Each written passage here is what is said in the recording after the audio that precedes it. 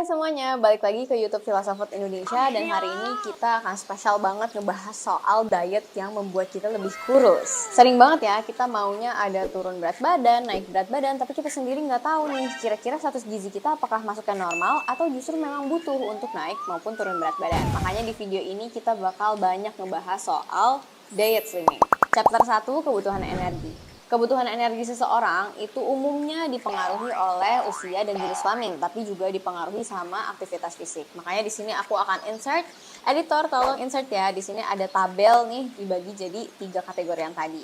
Nah, tapi untuk pertambahan atau penurunan berat badan itu juga bisa dipengaruhi sama faktor genetik, metabolisme, hormon, tipe makanan yang dimakan, bahkan ada tipe tubuh juga dan gaya hidup seseorang. Kalau kalian tertarik untuk ngebahas nih yang kayak tipe tubuh dan lain-lain, itu juga bisa komen ya di bawah. Nah, kebutuhan energi ini bisa dipenuhi sesuai sama kebutuhan seseorang. Jadi kayak kalau misalnya pengen turun berat badan, artinya jumlah kalori yang diasup itu harus lebih rendah dari kebutuhan energi yang sudah ditentukan. Kalau mau naik, maka ya surplus kalori. Tapi sebelum seseorang mengganti dietnya, alangkah baiknya mereka konsultasikan dulu ke ahli gizi atau dietitian atau dokter gizi supaya ada gambaran nih kira-kira apakah aman atau enggak. Terutama untuk teman-teman yang mau mengikuti pola diet tertentu. Meskipun nantinya misal target berat badan itu tercapai, tapi dari sisi komposisi zat gizinya itu kurang oke lah, kurang seimbang.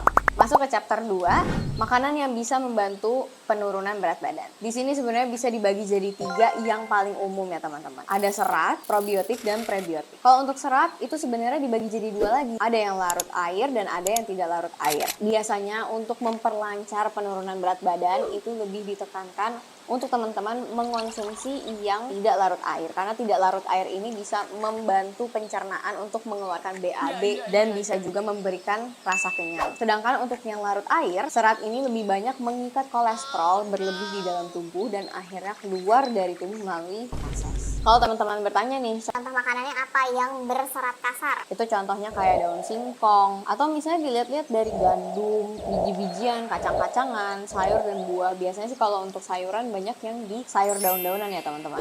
Nah, yang kedua itu ada makanan probiotik atau makanan peningkat bakteri usus. Contohnya di sini ada makanan fermentasi kayak kimchi, tempe, miso, kefir dan lain-lain. Dan yang ketiga ada makanan perangsang pertumbuhan bakteri baik atau disebutnya juga dengan prebiotik. Jadi di sini contohnya ada bawang putih, bawang bombay, pisang, alpukat dan lain-lain. Masuk ke dalam chapter 3, cara mengurangi lemak tubuh. Nah, di sini tuh sebenarnya agak banyak nih poin-poinnya. Mungkin bisa sambil dilihat juga sebagai perbaikan dari teman-teman. Di sini aku sambil sebutin aja ya dikit-dikit. Mungkin kakak editor bisa kasih poin-poinnya aja di sini. Yang pertama di sini ada memantau aktivitas fisik, asupan kalori dan perubahan berat badan. Karena itu kembali lagi ya ke yang chapter 1 yang udah aku sebutin tadi. Terus yang kedua di sini bisa menikmati makanan yang ada. Jadi pas teman-teman lagi makan itu benar-benar fokus gitu.